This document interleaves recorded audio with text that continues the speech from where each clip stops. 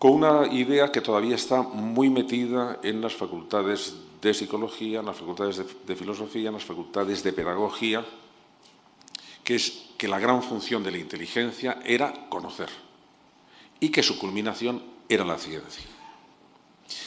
Pero fijaros, con esa idea quedaba fuera del campo de la inteligencia precisamente los problemas que más nos afectan. Los problemas que afectan, por ejemplo, a nuestra felicidad. Que no son problemas teóricos, son problemas realmente prácticos.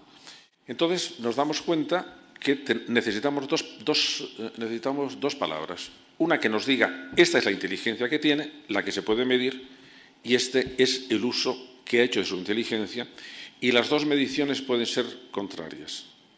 Una gran medición puede dar un mal uso. ¿Qué es lo que nos interesa más? ¿Qué es lo que nos interesa más desarrollar en nuestros chicos y nuestras chicas? Esto es la educación del talento. La educación del talento es, bueno, tú tienes la inteligencia que tengas, pero yo te voy a enseñar a que la uses bien. ¿Gana siempre quien tiene las mejores cartas? No, ¿quién gana? Quien juega mejor. Esto.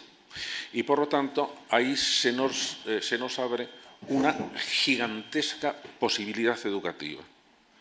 El talento no está al principio, el talento está al final de la educación. Y por lo tanto, el espacio que tenemos de educación es un espacio de generador de talento. Ahora estamos en el momento glorioso de la epigenética. ¿Y eso qué quiere decir? Que aunque todos nacemos con una dotación genética, con nuestro genoma propio, no todos los genes se expresan, es decir, se activan.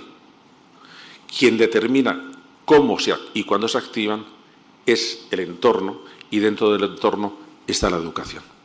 Porque hay una segunda edad de oro del aprendizaje, que es de 13 a 17 años. Y que muchas de las cosas que estamos atribuyendo a la adolescencia como un periodo de perturbación, todos echábamos la culpa a las hormonas. Claro, tienen tantas hormonas que los pobres basta. No, pues resulta que no es por esto.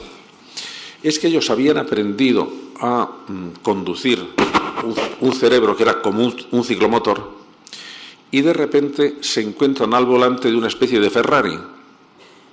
Porque el cerebro a esa edad, a partir de los 13 años, se rediseña por completo. Tiene una ventaja que puede aprender mucho, que puede aprender con mucha facilidad, pero que puede aprender también lo malo con mucha facilidad.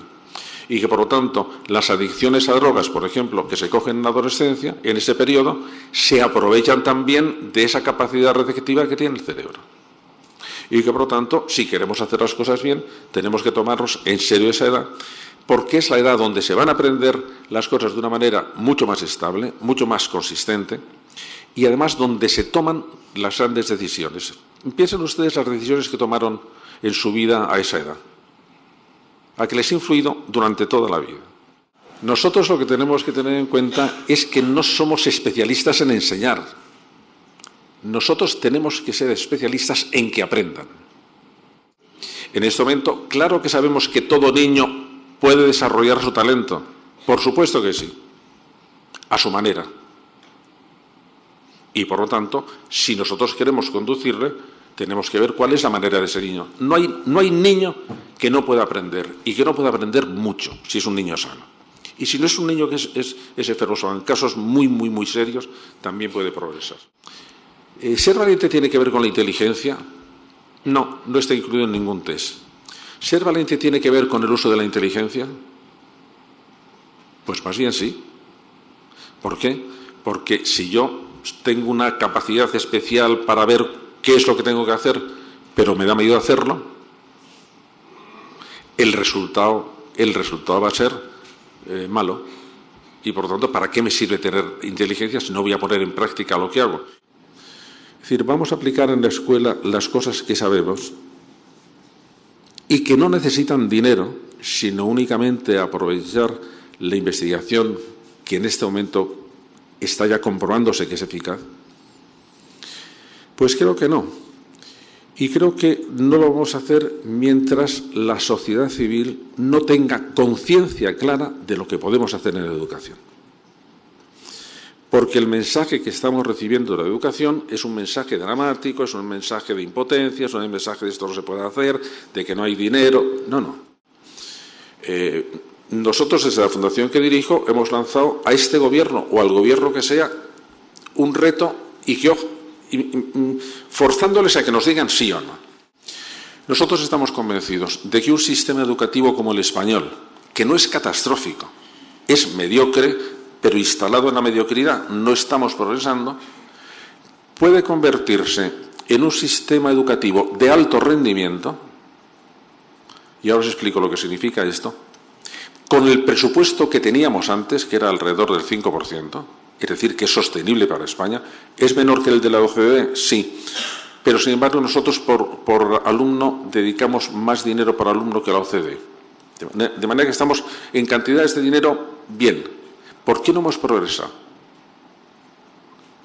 Porque lo hemos hecho mal la gestión.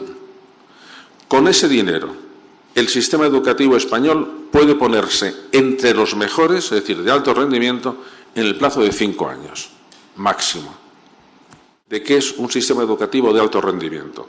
Reducir el fracaso escolar al 10%, y no al cerca del 30% que estamos teniendo en Andalucía, y al 24-25% que estamos teniendo en el resto de España, de manera que disminuir el 10%, que es la media que nos pide la OCDE, subir los resultados en PISA 35 puntos, que lo ha hecho ya alguna comunidad, como por ejemplo Navarra, que no está, por lo tanto, fuera de nuestro alcance, y después aumentar la proporción de estudiantes muy buenos, porque ahora tenemos una proporción de estudiantes muy pequeña en comparación con otros países de estudiantes muy buenos. ¿De qué eso es así? Porque lo han hecho ya otras naciones, que no estamos inventando nada. Y conscientes de eso, y consciente de la necesidad que tenemos de crear talento, por el bien de nuestros chicos, por el bien de nuestras chicas, por el bien de la sociedad, porque nuestro nivel de vida va a depender de ahí, presionar a los gobiernos y decir, no nos tomen el pelo, no nos digan que esto es una cosa complicadísima, dificilísima, no nos digan que es todavía la herencia recibida, no nos digan ustedes que es que, claro, venimos de una situación tan mala.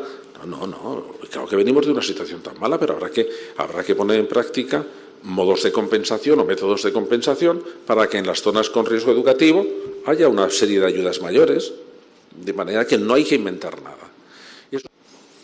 Estamos hablando de algo que nos compete a todos, porque lo más sabio que se ha dicho en educación es un proverbio africano que dice: para educar a un niño hace falta la tribu entera. Es decir, en todos los gobiernos, no solamente esto, se ha pensado que para mejorar una educación lo que hay que hacer es cambiar una ley. Y ese no es el camino. Con cambiar y mejorar los equipos directivos de los centros. Porque un equipo directivo cambia un centro para bien o para mal en muy poco tiempo. Segundo, en la formación del profesorado. El descuido que ha habido en España por todos los gobiernos de la formación del profesorado es absolutamente de juzgado de guardia. En España, el 40% de los profesores de secundaria decía que nunca les había dicho nadie si estaban dando sus clases bien o mal. Eso no pasa en ninguna profesión. Pero ¿cómo no le voy a decir No, entre otras cosas, porque no entran a sus clases. En otros países, casi todos los profesores entran en las clases de otros profesores, a ver cómo lo hacen, a ver si lo hacen bien, y se someten también a crítica. Decir, oye, es que estamos en un ambiente de progresar, de hacerlo mejor. En este estudio, en Europa, se escandalizaban de que por término medio en España se pierden 17 minutos de cada clase, que es de 50 o de 55, se pierden 17 minutos en mantener el silencio. Pues eso significa que ya, de la eficacia educativa, pues imagínense, ya se ha perdido casi una tercera parte. No hay, por ejemplo, una idea de que quien educa realmente es el centro entero y que, por lo tanto, los profesores tienen que colaborar. En España hemos hecho una especie de burbujita de cada profesor en su aula y no saben, porque nadie ha dicho desde el primer curso de magisterio, que aquí lo importante es colaborar con otros profesores y luego colaborar también con las familias. De manera que es, primero, el sistema educativo. Segundo, los equipos de dirección de los centros. Segundo, una formación seria del profesorado. Tercero, el dar más autonomía a los centros, porque cada centro debe hacer su proyecto educativo. Y ya sé que ahora está permitido hacerlo, pero no hay cultura de hacerlo. Y cuarta cosa, que tenemos que atender a quien se retrasa en el mismo momento en que se retrasa. De manera que la atención a los alumnos que se retrasan tiene que ser a la semana siguiente, no cuando terminan el curso, porque en España es el sitio donde se repiten más años en toda la OCDE, clarísimamente con la idea de que eso no vale para nada. De manera que repetir cursos no vale para nada. Lo que hay que hacer es cómo impedimos que los chicos lleguen a suspender curso. Y eso tenemos un problema. Toda la oposición ha dicho que como triunfen, quiere decir, como no tenga el Partido Popular mayoría absoluta, van a cambiar la ley. Hemos tenido una legislatura paralizada, otra legislatura posiblemente que se va a paralizar para borrar esta y hacer otra. De manera que va a haber niños que van a estar en la escuela 8 años en pleno cacao educativo. Hombre, por Dios, es que no se lo merecen, es que no es verdad, es que eso no lo pueden hacer, porque además es que no hace falta una ley. Hace falta mejorar lo que sucede dentro de cada aula. Y un buen profesor en su aula puede hacer mañana la renovación educativa, sea cual sea el ministro, aunque no tenga ni idea. La formación profesional en España es absolutamente imprescindible. Absolutamente imprescindible. No podemos estar teniendo un porcentaje de universitarios mucho mayor que el resto de naciones, salvo 2, el resto de naciones de Europa, para luego condenarlos al paro. Sino porque me parece una frase de una sencillez, pero también de una altanería, de una nobleza, de una humildad. Lo que quería que pusieran en su tumba es: hice lo que pude. Hice lo que pude. Y yo estoy seguro de que si durante un poco de tiempo todos nos pudiéramos ir a dormir, pudiéndonos decir sinceramente, el mundo está fatal. Sí, pero yo he hecho lo que he podido para que no lo esté. A lo mejor contemplamos algo parecido a esos movimientos en un calidoscopio que se da un golpecito y ya cambió completamente el dibujo. A lo mejor comprobaríamos que cosas que nos parecían rarísimas o imposibles no eran tan imposibles como parecían.